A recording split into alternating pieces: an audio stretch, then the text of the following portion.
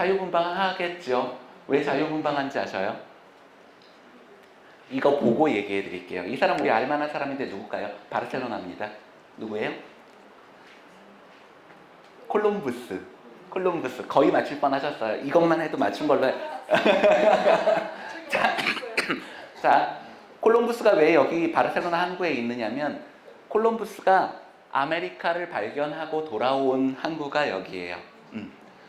콜럼부스가 아메리카 대륙에서 발견하고 스페인 사람들이 거기 가서 식민지를 삼고 크게 돈을 벌었겠죠. 1898년도가 되면 스페인이 미국하고 전쟁하고 지면서 쿠바, 필리핀 뭐 이런 식민지를 다 잃게 돼요. 사실상 그 사람들이 그래서 돈을 갖고 여기로 돌아와요. 그 돌아오는 시기가 언제냐면 가우디가 건축가로 일하는 시기예요. 1898년에 지구 이 엄청난 거부가 된 사람들이 아메리카 대륙에서 다시 스페인으로 돌아오는 시기예요. 성가정성당 이야기하고 싶지만 오늘은 90분에 이야기하기 너무 짧은 시간입니다. 왜 그런 일들이 일어났냐면 아까 왜 여기로 들어왔는지 말씀 한번 드려볼게요. 스페인의 수도는 어디죠? 스페인의 수도는 마드리드. 마드리드가 여기 패자 있는 데 있어요. 마드리드는 동서남북 어디로 가도 바다에 가려면 700km를 달려야 돼요. 근데 가우디 태어나기 전까지 철도가 없었어요. 산업자본 처음 시작할 때 철도가 없었어요. 이따가 연도 말씀드릴 거예요. 근데 산업자본은 무엇과 무엇의 결합일까요? 이 산업혁명이라는 건 무엇과 무엇의 결합이에요? 좋은 얘기예요. 유럽은 엄청난 기술을 가지고 있어요. 아메리카 식민지와 비교해 보자면 거기서 아직 인디안이랑 활 쏘고 싸우고 있을 때인데 여기는 증기기관 만들었다고요. 그런데 여기에 뭐가 없느냐면 엄청나게 싼 노동력과 엄청나게 싼 노동력으로 만든 목화씨와 엄청나게 싼 노예들을 이용해서 만든 석탄은 없어요. 왜냐면 여기는 문명사회라서 그런 걸 그 가격에 만들 수가 없거든요. 굉장히 싼 가격에 만들어서 증기기관 배를 통해서 들어온 물자가 유럽의 기술과 만나면 산업혁명이 일어나는 거예요. 뭐와 뭐가 만나야 되냐면 거대한 물량과 유럽이 만나야 돼요. 그러면 항구일 수밖에 없거든요. 왜냐면 여기서 산업혁명을 하려면 목화씨를 700km를 달구지 타고 올라와갖고 석탄을 달구지 타고 700km 올라와서 만든 다음에 우리 포항제철 생각해 보세요. 용광로 한 번 끓이면 멈출 수가 없어요. 증기기관도 마찬가지예요. 이 콘센트 꽂으면은 전기 나오지만 증기기관은 물을 끓여야 되는데 수백 명이 일하는 공장이 만들 수밖에 없거든요. 그건 무슨 이야기냐면 산업 생산이 된 다음에 팔 때 옆에 동네에 파는 거 아니에요.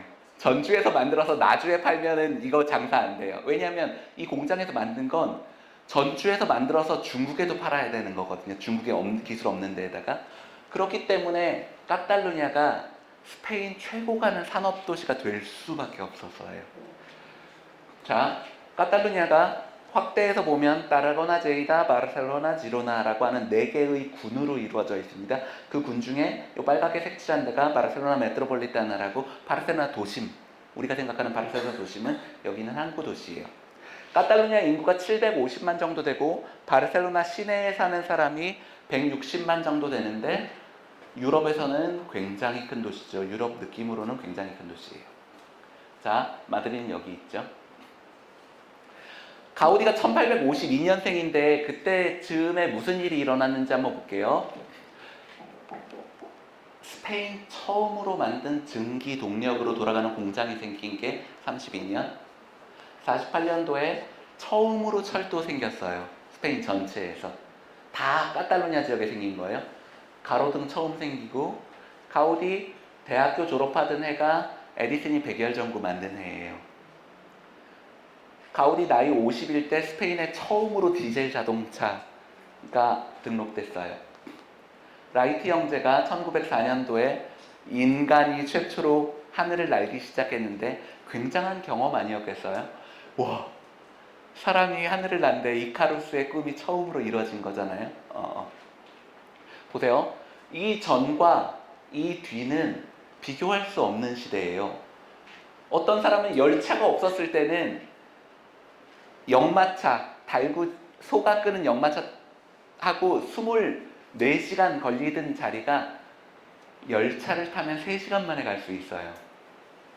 근데 역마차 다니는 비포장도로를 다니다가 철로를 달리는데, 철로는 어떤 상태냐면 얼음처럼 매끄럽잖아요. 철로는 우와, 날아가는 것 같아. 우와. 백열전구가 세계 최초로 발명됐다는 말은 그 전에는 이 세상에서 제일 가는 부자도 호롱불 켜고 있었다는 이야기예요. 호롱불. 이제 어디든 대낮같이 밝게 만들 수 있는 완전히 다른 시대가 온 거죠. 여러분들은 오늘날 시대가 인터넷 시대라고 해서 되게 다를 것 같지만 저는 이 시대하고 비교할 수 없다고 생각해요. 달구지 타고 다니다가 자동차라는 게 처음 만들어지고 증기기관차 만들어지고 엄청나게 거대한 이동이 만들어지고 대륙간을 이동할 수 있고 날 수 있게 되고, 이 모든 게 다 한 사람의 생애에서 만들어진 거라고요. 이 생애가 만들어지면 이 사람들 어떤 생각 가지고 있을 것 같으세요? 자, 회장님, 시간이 없으니까 시간 관계상 회장님한테 물을게요. 만약에 회장님이 이 시대를 살았다, 그러면 어떤 생각을 갖게 될 것 같으세요? 새로운 세상이에요. 그리고 미래에 대한 어떤 상상을 갖게 될까요? 앞서 나가고 더 다른 꿈을 꿀 수 있고. 자, 보세요. 정답이에요. 자, 이 사람들은 시대가 발전하는 걸 자기 눈으로 봤어요. 와, 기차 다니고 하늘 날고 우주에 가고 이걸 다 눈으로 본 사람들이, 오늘날의 이 발전이 어디까지 갈까? 이 발전이 우리를 조금 더 좋은 곳으로 데려가고 있다는 확신이 있었던 시기예요. 제가 오늘 이 강의에서 제일 방점을 두고 밑줄 치고 싶은 게 뭐냐면, 이 사람들이 갖고 있는 미래에 대한 긍정적인 에너지가 넘치는 시기예요. 왜냐하면 이 변화가 우리를 조금 더 좋은 곳으로 데려갈 거라는 확신이 있었던 시기거든요. 그 사람들은 변화가 아름다운 거라고 여기는 거예요. 변화가 아름다운 거예요. 꽁하고 있는 것은 시대에 맞지 않는 것, 도태되는 것이라고 여겼던 시기예요. 근데 이 시기가, 가우디 시기가 왜 특별한 시기냐면, 혹시 넷플릭스 가입해 놓으신 분, 작년에 히트친 영화가 있는데 서부전선 이상 없다 영화 보신 분 있으세요? 그거 되게 좋은 영화예요. 웃을 거 아니에요. 서부전선 이상 없다 영화 넷플릭스 있으신 분은 오늘 강의의 연장선이니까 가서 꼭 보세요. 1차 세계대전 때를 다룬 영화예요.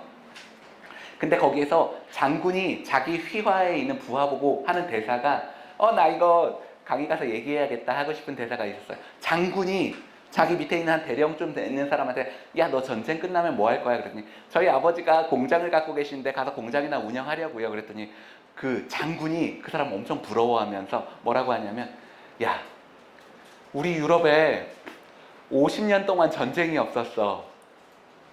전쟁이 없는데 군인이 무슨 소용이야. 너 엄청 부럽다. 이 얘기하는데 그게 세계대전까지의 상황이에요. 1880년대부터 세계대전이 일어났던 1917년, 18년까지 유럽에 전쟁이 없었어요. 근데 전쟁이 없었다는 건 무슨 말이냐면, 과학기술이 발전하면서 좋은 것만 본 거예요. 그 서부전선 이상 없다 해서 충격적인 장면에 배경음악이 시끄러울 정도로 우웅 이런 음악이 막 너무 시끄러워서 끄고 싶을 만큼 큰 게 한 3번 나와요. 근데 그게 어디에서 나오냐면, 그 사람들이 막 따꽁따꽁 총 쏘고 싸우는데 어떤 방에 딱 들어갔더니 아무 소리도 안 나는데 한 200명 죽어 있어요. 그러면 뭐라고, 거기서 왕 이런 배경음이 나오면서 뭐라고 하냐면, 여기 독가스가 살포됐나 봐. 옛날에 칼싸움하면 한 사람이 한 명이랑 싸울 거예요. 한 사람이 2명 정도 이길 수 있어요. 근데 한 명이 10,000명은 못 죽여요. 재래식 전투에서는. 근데 이 기술의 발전이 가지고 온 현대식 전투에서는 한 명이 버튼 누르면 한 도시가 없어져요. 그래서 이 사람들이 그걸 처음 경험해 본 게 1917년인 거예요. 야, 이 기술이 우리 인간 멸망으로 가는 거 아니야? 두 번째 그 장면이 어디서 나오냐면 이 사람들이 용감하게 막 총을 쏘고 싸우고 막 굴르고 막 피하고 막 G.I. 제인처럼 막 온갖 이 능력, 육체적인 능력을 얼마나 연습했겠어요. 군인들이 죽지 않으려고. 그러는데 그 사람들이 수백 명이 탕탕탕탕 총 쏘고 있는데 거기서 탱크가 나오거든요. 근데 탱크에다 200명이 총을 쏘는데 탱크는 신경도 안 써. 우리 그냥 파리가 여기 앉았다 가듯이. 근데 그 영화 감독도 그 공포를 이해하고 있어요. 꽝 하고 나오면서 탱크에서 대포 쏴서 죽였으면 그 공포가 안 느껴졌었는데 탱크가 어떻게 하고 지나가는지 아셔요? 이 사람들은 총 쏘고 난리인데 얘는 신경도 안 쓰고 그냥 지나가는데 깔아뭉개갖고 여기 있는 사람 다 죽었어요. 그러니까 인간적인 것을 넘어서는 기술의 지배를 느낀 첫 번째 사례가 세계대전이에요. 근데 재밌는 것은 가우디는 어떤 사람이냐면 스페인 세계대전 참여 안 했어요. 가우디가 태어나서 죽을 때까지 큰 전쟁을 한 번도 안 겪은 세대예요. 그래서 이 시절을 미술에서는 이 시대를 뭐라고 하냐면 벨 에포크 들어보셨어요? 벨 에포크. 그게 정확하게 가우디 시절이거든요. 프랑스 말로 벨이 아름답다, 에포크는 시절. 그래서 아름다운 시절이에요. 산업 생산으로 막 물자는 넘쳐나고 전쟁도 없고 와 우리가 내일 자고 일어나면 우리 어쩌면 우주에 갈지도 몰라. 우리가 미래에 대한 확신이 있었던 변화가 아름다운 것이라고 여겼던 사람들만 뭘 할 수 있느냐면 이런 게 아름답다고 여기는 거예요. 자 보세요. 내가 만약에 여기 우리나라는 치안이 되게 좋은 편인데 저녁에 길에 나가면 누가 내 뒤통수를 육모방방이로 때려갖고 당장에 죽을 수 있다 생각하면 이러고 자유롭게 다닐 수 있겠어요? 보수적일 수밖에 없는 거예요. 그런데 그것을 겪지 않은 자유로움. 그래서 변화가 우리를 더 좋은 곳으로 데려갈 거란 확신이 있는 사람들은 변화가 아름다운 거라고 여기게 돼요. 이렇게 있는 것과 이렇게 있는 것 중에 왜 이걸 좋아하느냐면 변화가 아름다운 것이고 변화가 우리를 여기 있게 했으니까. 만약에 산업 자본가들이 변화가 있지 않았다면 어떤 상태로 남겨졌을 거냐면 여전히 남의 집 머슴하고 있었을 거거든요. 그래서 가우디의 최고 후원자가 에우세비 구엘이라는 사람이 있거든요. 근데 에우세비 구엘의 가문의 방패를 가우디가 그려줬어요. 거기 뭐라고 썼냐면 어제의 양치기 오늘의 귀족 이렇게 적었는데 에우세비 구엘이 백작인데 백작이 된 것은 자기 죽기 10년 전의 일이에요. 평생 동안 평민이었는데 산업자본가로 부유한 지위에 오른 평민. 자, 가우디 이야기 아직 들어가지 않았는데 저는 이런 이야기가 훨씬 중요한 이야기예요. 아니면 가우디가 여기 도마뱀 만들었는데 예쁘지요? 이 이야기밖에 할 수 없어요. 근데 이 시대를 이해하면 왜 꽃무늬 이렇게 경망스러운 것을 좋아하지? 이 사람들은 어떤 사람들이지? 그리고 가우디가 26년도에 죽고 지금 우리가 거의 100년 지났잖아요. 가우디 죽고 나서 전혀 다른 건축이 시작된 건 말씀드렸죠. 가우디가 26년에 죽고 나서 언제 제일 인기 있을까요?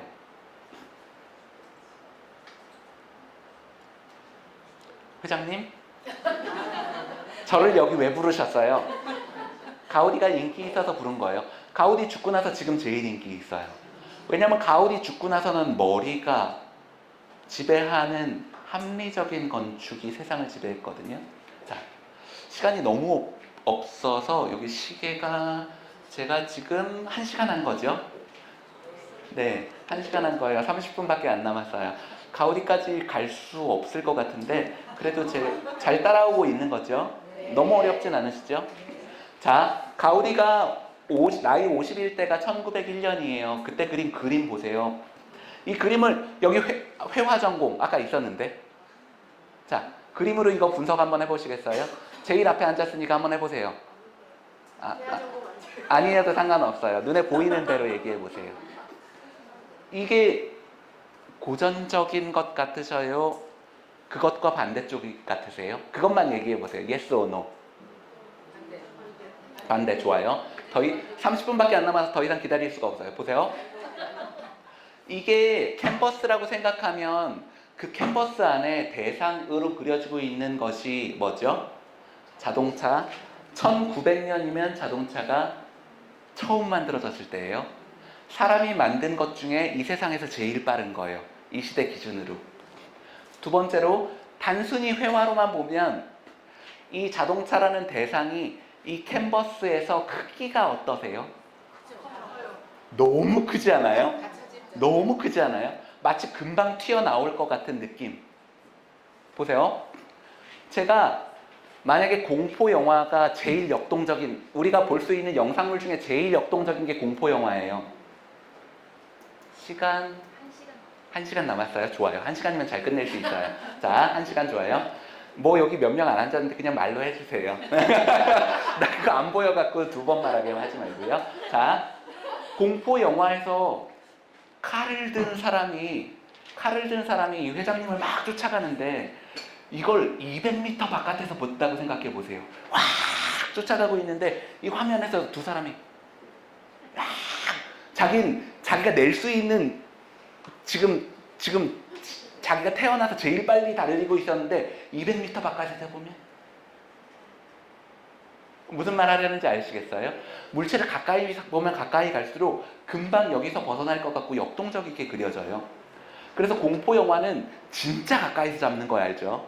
이렇게 후이들은 요 장면만 나오고 으악! 요 장면만 나오고 그걸 멀리서 보면 재미 하나도 없거든요. 역동적이지가 않아요. 금방이라도 튀어나올 것 같이 되어 있고 헤드룸도 진짜 작죠.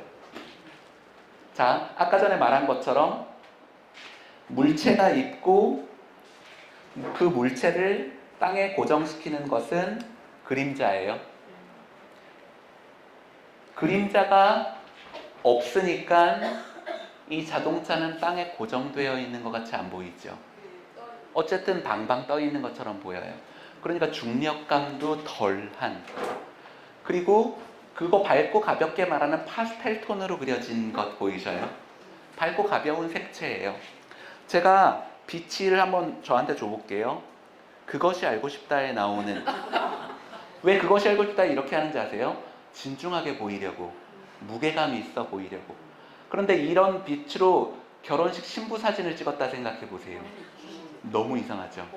자, 신부 사진은 어떻게 찍느냐면 결혼식 신부 사진은 여기 사진 찍는 분들도 있으신데 이렇게 찍어요. 사진 찍으시는 분 보세요. 산란광으로 직사광이 와서 그림자를 만드는 순간 무거워지니까 사진 찍으시는 분들 결혼식장 가면 플래시 다 달렸잖아요. 거대한 플래시. 이렇게 쏘지 않고 이렇게 쏴요. 그러면 그 빛이 천장에 비쳤다가 내 얼굴에 반사돼서 오는데 그림자가 없는 빛이 와요. 방향이 없는 빛이 산란광이 오니까 부드럽고 가볍게 보이죠. 신부는 가벼운 게 좋으니 이렇게 찍는 게 더 마음에 드는 신부가 있으면 물론 그렇게 찍으셔도 돼요. 물론 그렇게 찍으셔도 되지만 일반적인 취향은 아니에요. 일반적인 취향은 아니죠. 자, 빛이 산란광으로 가득해서 물체는 고정되어 있지 않고 굉장히 크게 역동감을 그리려고 했던 시절이에요. 가우디 시절에 카탈루냐 미술 화가인데 나 너무 좋아하는 사람이에요. 제가 오늘 하는 강의가 실은 제가 많이 하는 가우디 10강 중에 1강을 반토막만 가지고 온 거예요. 근데 이 사람 그림이 제가 하는 강의에 계속 나와요. 제가 제일 좋아하는 사람 중에 하나라서. 자, 여기 있는 이 아저씨가 있죠, 자동차. 근데 왜 이걸 가지고 왔느냐면 이 아저씨가 빠꾸 아바달이라는 아저씨인데 자기 집으로 돌아가고 있는 거거든요. 근데 자동차가 좀 이상하잖아요. 여기 왜 숫자가 번호판이 아니고 이게 써졌냐면 경주용 자동차예요. 이 사람 지금 자동차 경주 끝나고 자기 집으로 돌아가는 거예요. 이 시절이면 이 세대면 요즘 대학생들이랑 강의하면 전혀 못 알아듣는데 칼 루이스 벤 존슨 아시죠? 인간 탄환, 이 세상에서 제일 빠른 사나이 로켓. 칼 루이스 벤 존슨 알잖아요, 그죠? 이 사람은 어떤 사람이냐면 우리 동네에서 제일 빠른 사람이에요. 이 세계에서 제일 빠른 물체를 타고 그걸 충분히 잘 운전해서 이 사람보다 더 빠른 사람은 없는 사람. 역동적인 사람이죠. 어떤 사람이냐면 아우토가라헤 센트랄이라고 하는 자동차 회사의 사장이에요. 자동차 경주 선수면서 아까 전에 이 그림을 그린 라몬 카사스가 그 사람의 포스터를 그려줬어요. 근데 제가 1980년생인데 저희 어머니가 저 초등학교 다닐 때 학교 선생님 하시느라고 운전을 배우셨거든요. 근데 그때만 해도 여성 운전자가 그리 많지는 않을 때 배우셨어요. 1980년에도 여성 운전자가 많지 않았다고요? 1901년인데 왜 여기 여성 모임에 오니까 더 좋네요. 왜 그렸는지 난 충분히 연상할 수 있어요. 보세요. 자동차가 있기 전에는 이 사람이 이동하려면 마차를 타야 되는데 마차를 타면 그 말이 히히히 하고 제법 근력도 필요하고 똥 싸면 치워야지 되고 뭐 이거 그러니까 상당히 남성적인 느낌이 있을 거예요. 근데 보세요. 이 아줌마가 억척스러운 아줌마냐면 아니에요. 예쁘게 모자 쓰고 손에는 장갑 끼고 이게 뭘 광고하고 있는 광고 그림인지 아시겠어요? 나는 남자의 도움 안 받고 내가 원하는 데 어디든 갈 수 있어. 지구 끝이라도. 여기 남성을 모델로 그린 것보다 훨씬 좋죠. 왜냐면 상대적으로 근력이 덜 있는 그렇지만 억척스러운 여자가 아니라 완전히 꾸며진 여자가 자기가 원하는 건 어디든지 갈 수 있는 거예요. 이 시대 느낌 아시겠죠? 왜 이렇게 길게 이야기했느냐면 여기 나오는데 이 사람이 지금 경기가 끝나고 어디를 가고 있냐면 그랑비아에 있는 밀라 주택의 주인집 1층, 2층, 3층 요 집에 사는 사람이에요. 밀라 주택에 사는 사람이 어떤 사람들이냐면 방금 설명했었던 그런 사람들. 그리고 영국에서 교육받은 이집트의 왕자가 살았어요. 왜 살았냐면 스페인에는 전차가 없었거든요. 전차 회사가 생겼는데 전차 기술을 가진 사람이 없으니까 영국에서 교육받은 이집트의 왕자가 전차 회사의 사장으로 들어와서 여기 살았어요. 이 집에 사는 사람들은 뭐냐면 다 이 새로운 기술, 새로운 시대의 가장 빠른, 가장 기술적인 것들의 최선봉에 있는 사람들이에요. 오늘날의 기술로 여기까지 갈 수 있지롱. 느낌으로 보자면 테슬라나 페이스북 회장 같은 사람들이 사는 데예요. 여기 아까 귀족이라고 하셨는데 귀족은 이런 것들 좋아하지 않아요. 왜 귀족이 이런 것들 좋아하지 않느냐면 귀족은 이 시대의 변화를 통해서 귀족의 지위는 어떻게 되겠어요? 점점 떨어져 가죠. 우리 집 머슴 살던 애랑 겸상을 해야 되는데 야, 너희 아버지가 우리 집 그 머슴 살았었는데 걔랑 겸상을 한단 말이죠. 이 사람들이 생각할 때는 사회적인 이런 큰 움직임이 불안한 거라고 생각해요. 이 사회의 구조가 이렇게 급격히 변화하고 머슴이 우리랑 겸상하는 것은 불안한, 이 사회의 불안한, 나쁘다고 얘기하는 것 아니에요. 이것은 좋은 의미에서 보수적인 색채가 강할 거예요. 보수가 나쁜 게 아니고요. 보수가 뭐냐면 우리에겐 지켜야 할 가치가 있어. 뭐 가족, 종교, 하나님, 권위, 무슨 대통령 이 권위, 행정부의 권위, 이 권위를 지키는 것이 질서 있고 더 짜임새 있고 더 안정감 있다고 생각하는 걸 좋아하는 사람 당연히 있을 수 있는 거예요. 보수 하나도 나쁜 것 아니에요. 근데 네, 그래요. 근데 보수가 나쁜 사람들도 있긴 있는 것 같아요. 네. 아니, 보수가, 진짜 좋은 보수는 전혀 나쁜 것 아니라는 얘기하고 있는 거예요.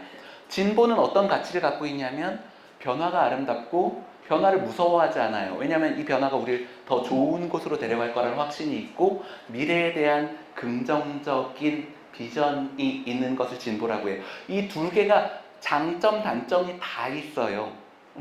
근데, 귀족들은 이걸 좋아할 리가 없어요. 왜냐하면 이 시대의 변화로 자기는 지위를 잃고 있으니까 점점. 그 사람들은 오히려 이쪽으로 가게 돼요. 그래서 아까 제가 처음 말씀드렸지요. 가우디 시절이 신고전주의라고? 이렇게 묵상한데 신고전주의 안에 이런 흐름이 있는 거예요. 근데 어떤 사람 입맛이 이렇게 다른 게 아니라 신고전을 좋아하는 사람은 전통적인 귀족 계급이고 가우디 같은 사람은 신흥 자본가 계급이고 후원하는 사람이 다른 거예요. 그래서 신고전주의랑 이 사람이 동시대를 살고 있는데 이걸 신고전이라고 말하면 이상하잖아요. 이걸 보고 전혀 고전적이지 않은데. 그래서 이걸 부르는 용어가 있는데 뭐게요, 회장님? 앞서가는 사람들이다. 아방가르드 안 들어보셨어요? 아방가르드? 우리 아반떼 있잖아요. 스페인어에서 아반트가 앞이라는 뜻이거든요. 왜 전위 예술가, 그러니까 앞선 예술가, 전위, 앞에 위치한 예술가라고 이 사람을 부르냐면 이 시대에 이것과 이것이 동시에 있었기 때문에 그 중에 전위 예술이라고 부르지 않으면 이 사람 구분할 방법이 없어요. 신고전주의로 엮을 수가 없으니까. 그래서 이런 건축을 아방가르드, 앞서가는 사람들, 그리고 보수적인 사람들이 동시대에 살고 있었던 거예요. 역동적인 시대죠. 얼마나 역동적인지 보세요. 자, 이 속도로 가면 제가 3시간을 넘기겠죠. 자, 아방가르드 시대를 가장 상징적으로 보여주고 있는 건물이 믹돌 오르타라고 하는 벨기에 건축할 거예요, 아마. 그 사람이 만든 타셀 주택이라는 주택이 있는데 그 주택에 여기를 보세요. 자, 보세요. 안정감은 어디서 나오냐면 이게 안정적이잖아요. 머리보다 몸통이 튼튼하고 몸통이 다리랑 튼튼하고 땅에 고정되어 있는 게 보여야지 안정감이 있어요. 힘의 흐름이 고정되어 있구나. 이건 고정되어 있지 않은 상태라서 불안한 거예요. 자, 힘의 흐름이 눈으로 확인돼야 돼요. 기둥이라는 걸 뭔가를 받치는 부재죠. 중력이 있으니까 받쳐지는 게 당연히 있어야 되는 거예요. 근데 기둥을 이 지구상에서 없앨 수 있을까요? 없앨까요? 가우디 아니라 그 누구, 가우디 할아버지가 와도 기둥은 못 없애요. 왜냐면 지구상엔 중력이라는 것이 있어서 손을 놓는 순간 떨어지거든요. 어쨌든 버텨야 돼요. 아무리 떠 있어 보이고 싶어도. 그런데 장식이 그걸 해결해주고 있어요. 보세요. 자, 여기 장식이 어느 부분에만 돼 있죠? 여기만 돼 있죠? 근데 여기 있는 이 고사리 같은 이 생선 구이 냄새가 너무 너무 나서 너무 밥 먹고 싶어갖고 말을 잃었어요. 고사리 반찬 있는 건 아니겠죠? 이 고사리처럼 돌아가는 이거 생각해 보세요. 나무가 아니라 고사리예요, 덩굴. 이게 이 건물이라고 하는 수십 톤 무게를 버틸 수 있겠어요? 전혀 안 버틸 것처럼 생겼죠. 그래서 여기서 하중의 흐름이 끊어진 거예요, 시각적으로. 근데 실제로 힘을 안 받을 수가 있겠어요? 그건 불가능하죠. 자, 보여드릴게요.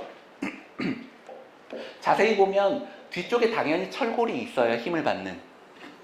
근데 그 앞에 고사리 무늬의 장식이 있는데 이 아이가 먼저 보이겠어요? 이 아이가 먼저 보이겠어요? 왜 이게 더 먼저 보일까요? 곡선, 훨씬 우리의 주목을 받을 만한 효과예요. 제가 이런 옷을 입고 오는 이유예요. 자, 여기서 제일 진지하게 여기 한번 잠깐 나와 보시겠어요? 네. 이 중에 제일 진지하게 옷 입고 있는 것 같아서 그래요. 제일 그러니까 포멀한 옷을 입었다고요. 근데 이 앞에서 옷 반짝이 옷 입은 사람이 이렇게 춤추고 있다고 생각해 보세요. 자, 들어가시면 됩니다. 자, 보세요. 뒤에는 포멀하고 형식적이고 변화 없는 것 같은 형태가 있는데 그 앞에 오늘 여기가 분위기가 어떤지 몰라서 빨간 옷은 못 입고 왔어요. 빨간 꽃 같은 게 이렇게 그려진 사람이 막 캬바레에 있는 것 같이 반짝이 옷 입은 사람 이렇게 움직이고 있다고 생각해 보세요. 뒷사람 안 보여요? 이걸 건축에서도 얼마든지 이용할 수 있어요. 보세요. 여기 뒤에 있는 이 기둥이 이 자리에 있으면 기둥은 힘의 흐름을 눈으로 보여주는 거기 때문에 안정감이 있다고요. 근데 그 앞에 이런 꽃을 여기다 놓으면 기둥이 먼저 보이겠어요? 얘가 먼저 보이겠어요? 얘를 보는 순간 사람의 눈은 어떻게 되어 있냐면 사람의 눈은 앞에 있는 사람을 보면 뒤에는 초점이 안 맞아요. 우리가 다 볼 수 있을 것 같지만 그건 거짓말이에요. 머릿속으로 계산하는 거예요. 여기 초점 맞는 순간 광학적으로 저긴 초점이 나가거든요. 저기 초점 맞으면 이건 안 보여요. 지금 요 카메라 한번 보세요. 그러면 제 얼굴이 또렷하게 보일 수가 없어요. 흐릿하게 되어 있는 잔상처럼 앞에서 그렇다면 이 힘의 흐름을 감출 수 있는 방법은 이것보다 훨씬 요란한 형태가 앞에서 춤을 추고 있으면 이 아이가 보이고 뒤에는 상대적으로 덜 보이는 거죠. 만약에 사용할 수 있다면 색채도 사용할 수 있겠죠. 보세요. 근데 철제가 건축 재료로 사용됐지만 여전히 제일 비싼 재료예요. 막 쓸만하진 않아요. 벽을 만드는 데는 그냥 돌로 만든 벽으로도 충분하거든요. 바닥을 철제로 해서 무슨 장점이 있겠어요? 바닥은 돌이에요, 여전히. 근데 돌은 육중하고 무겁잖아요. 여기에 사용된 이 덩굴 식물 장식이 여기도 표현되어 있죠. 식물이 가지고 있는 변화, 역동성, 변화, 무쌍함, 생명력을 단단한 돌벽에 이식시킨 거예요. 여기 있는 것과 이것이 같이 이야기를 하고 단단한 돌 바닥도. 이 장식이라는 것이 사실은 근대 이후에는 장식은 범죄처럼 여겨져요. 야, 그 수공예 이렇게 비싼, 이거 수공예 하는데 그렇게 비싼 돈 들여서 만드는 걸 대중이 할 수 있어? 대중이 가질 수 없다는 이야기는 다시 말하면 부자들의 전유물, 비싼 것, 부자들의 전유물인 거예요. 이런 장식 예술은. 그래서 근대 이후에 이런 건축은 우리 학교 다닐 때 배우지도 않았어요. 왜냐하면 그건 구시대적인 것으로 상정돼서. 파블로 피카소가 안토니 가우디랑 바르셀로나에 같이 살았는데 좋아했을까요? 안 좋아했을까요? 파블로 피카소는 대중예술 혹은 아르테 포플라르라고 하는데 대중예술을 더 적확하게 번역하면 인민예술을 하는 사람이에요. 모든 사람을 위한 예술. 가우디는 굉장히 돈이 많이 들어가는 예술을 하는 사람이라 피카소가 그린 스케치에 만화처럼 대사도 있는 스케치가 있거든요. 누가 봐도 가우디처럼 생긴 사람이 딱 나와 있어요. 산 꼭대기에 이렇게 앉아서 이렇게 서서 이렇게 이야기해. 선지자처럼. 이 교회 다니시는 분. 네, 내가 오늘날 너희에게 크고 비밀한 중요한 이야기를 해주겠다. 가우디 옆에 글씨로 써 있어요. 성경적인 느낌이 나잖아요. 크고 비밀한 중요한 성경에 나오는 구절이거든요. 그 밑에서 민중들이 이렇게 엄마, 아빠, 아기가 이렇게 서 있어요. 그래서 거기 옆에 뭐라고 써 있냐면 네, 선생님. 그런데 저희는 아직 배가 고픕니다. 이런 게 쓰여 있어요. 뭔지 알겠죠? 야, 이게 예술이 얼마나 대단한 건지 이야기해 줄게. 내가 이 세상의 비밀을 알려줄게. 산 위에 올라가서 선지자처럼 얘기하고 있는데 사람들은 네네 선생님, 그런데 저희는 아직 배가 고파요. 어디가 그 공격 포인트인지 아시겠죠? 이것은 부자들을 위해서 부역하는 예술가들이 하는 것이라고 생각할 수 있는 거예요. 그래서 제가 아까 처음에도 얘기했지만 가우디 같은 건물로 여기 다 지을 수 없어요. 엄청나게 비싸거든요. 엄청나게 비싼 건물이에요. 하지만 떡볶이가 있는가 하면 궁중 요리도 있는 거죠. 그 퀄리티의 예술이라는 것도 세상에 존재할 이유가 있는 거예요. 자, 가우디가 죽기 전에 만들어졌다는 적청 의자인데 이걸 여러분들 집에다가 놓으면 잘 어울리시겠어요, 회장님? 왜 못 놓을 것 같아요? 그 형용사를 듣고 싶어요. 왜 못 놓을 것 같아요? 어떤데요? 불편할 것 같아요. 불편할 것 같고요. 약간 불안정해 보이기도 하고. 좋아요. 불안정한 것 좋아요. 근데 제가 원한 답은 아니었지만 불안정한 거 좋아요. 너무 모던하지 않으셔요? 우리 어머니 아버지 공무원 생활 30년 했는데 그 집에 가보면 바로크식 가구 이렇게 돼 있고 그 뒤에 30년 하면 훈장 받잖아요. 그 훈장 이렇게 걸려 있고 그 위에는 플라스틱으로 만든 가짜 상젤리에가 이렇게 걸려 있어요. 그러니까 2023년을 여전히 살아가고 있는 사람들이 이것보다 바로크 양식이 자기랑 더 어울린다고 생각하는 것 같아요. 근데 이 양식으로 만들어진 게 벌써 100년 넘었어요. 모던이라고. 근데 우리가 모던을 배우지 않았는데 보면 모던하다는 형용사가 저절로 나오지 않아요? 우리가 런닝 셔츠 입고 여기 남편분이 앉아있으면 어울릴 것 같지 않잖아요. 진짜 안 어울리겠죠? 네.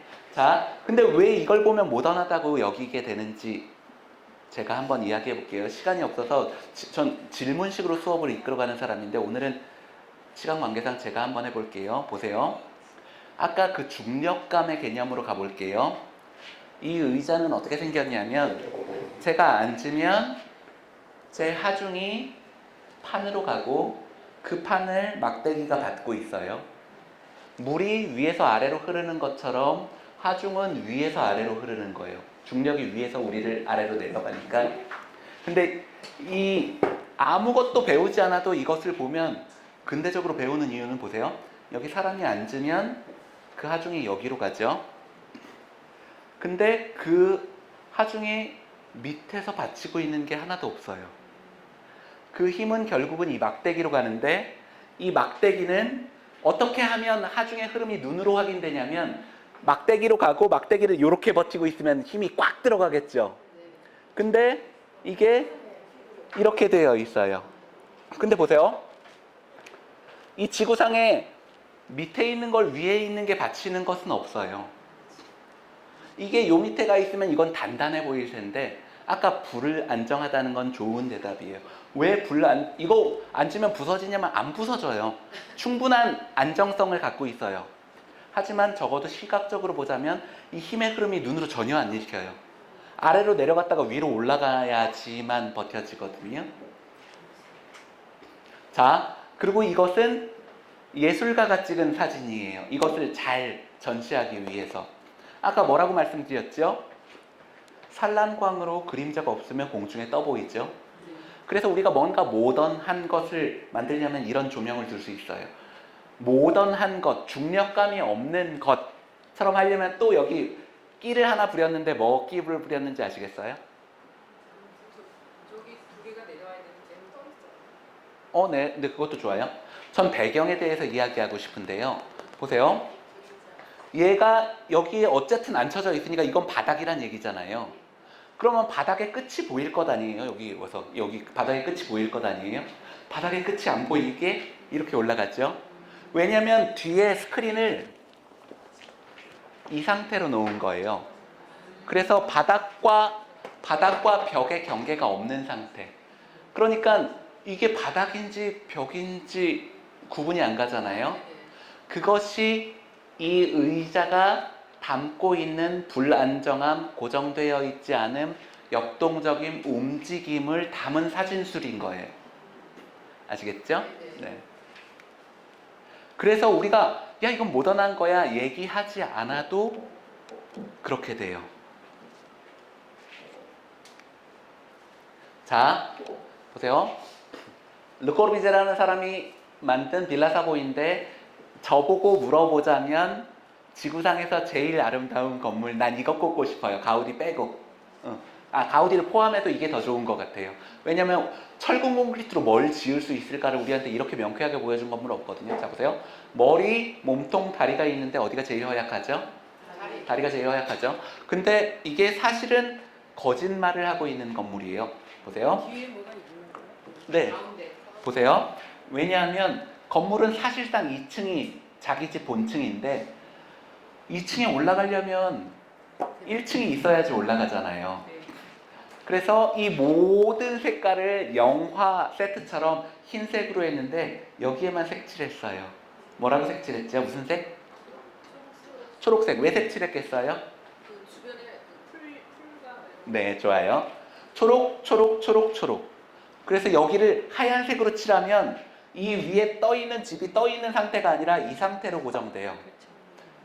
바닥에 힘 받치고 있구나. 근데 여기를 초록색으로 색칠하는 순간 떠 있는 것처럼 보이는 거죠. 이게 가우디가 하는 장식이랑 크게 다르지 않은 모든 건축가들이 관심을 갖는 장식, 건축적인 장식이라는 거예요. 그래서 이런 건물은 저녁에 볼 때 더 아름다워요. 내부에서 빛이 나오니까 보세요. 세상에 발광체 중에 단단한 건 없거든요. 비어있는 유리창이 밝고 빛이 나온다는 건 약하다는 것의 상징이에요. 밑에가 붕 들려있는 것처럼 보이죠. 그리고 이 사람이 근대 건축의, 오늘날의 건축의 5가지 포인트라고 하는 글을 썼는데 그 포인트 중에 하나가 이 창이에요. 수평 뒤창. 보세요. 아까 돌로 건물을 만들 때 동양이든 서양이든 상관없어요. 돌로 건물을 만들 때 창을 어떻게 만드냐면 돌 위에 돌을 쌓고 돌 위에 돌을 쌓고 돌 위에 돌을 쌓고 얼마든지 쌓을 100m도 쌓을 수 있어요. 동전탑 쌓는 거 생각해 보세요. 근데 동전탑이 뭐가 안 되냐면 옆으로는 못 가요. 동전으로. 그래서 서양이든 동양이든 여기에는 나무로 인방을 대잖아요. 볼을 이렇게 틀을. 그래서 밝게 만들려면 창을 어떻게 만드냐면 위아래로 길게 만들 수밖에 없어요. 돌로 만든 모든 건축물은 창이 위아래가 길어요. 근데 옆으로는 못 간다고요? 자, 여러분들이 모던을 배우지 않았잖아요. 근데 가우디래. 르코르비제가 이 수평지창을 만들면서 하고 있는 이 근대라고 하는 모던의 그림은 전 뭔지 확실히 이해가 돼요. 뭔지 아셔요? 너희 이런 거 못 봤지? 오늘날의 기술로는 여기까지 지을 수 있지롱. 오늘날의 기술로는 공중에 떠 있는 것 같이 지을 수 있고 한 번도 본 적이 없는 수평으로 되어 있는 창. 말하자면 반중력적인 형태예요. 저 의자 하나만 빌려주시겠어요? 수직으로 되어 있는 이건 중력적인 상태예요. 근데 체조 선수들이 올림픽 체조 선수들이 일반인들은 전혀 할 수 없는 반중력적인 상태를 자랑하잖아요. 그걸로 점수를 떼는데 뭐니? 제가 공중에 떠 있다 생각하면 마치 중력은 없는 것처럼 수평으로 되어 있는 상태는 할 수가 여기 엄청난 힘이 걸리거든요. 저는 못해요. 흉내만 내는 거예요. 이렇게 돼 있는 거랑 이렇게 돼 있는 거랑 다른 거죠. 이건 중력적인 형태예요. 위아래로 가는 것은. 그러니까 다시 앉으셔도 됩니다. 전 평소에 대강당 강의를 하러 다닐 때는 핀 마이크 들고 다니는데 오늘 안 갖고 왔어요. 마이크 때문에 좀 힘들긴 하네요. 자, 이것은 오늘날의 기술로는 여기까지 지을 수 있지라고 하면서 뭘 자랑하고 있는 거냐면 기술을 자랑하는 거예요. 오늘날의 기술을 자랑하고 있는 상태예요. 그게 근대 건축의 문법을 만든 거죠. 밑에 초록색. 그래서 떠 있는 것처럼 보이게 만들고. 자, 이 건물만 이야기하면 이제 가우디 시절로 들어갈 겁니다. 자, 보세요. 아까 방금 봤었던 르코르비제라고 하는 건축가는 철근 콘크리트로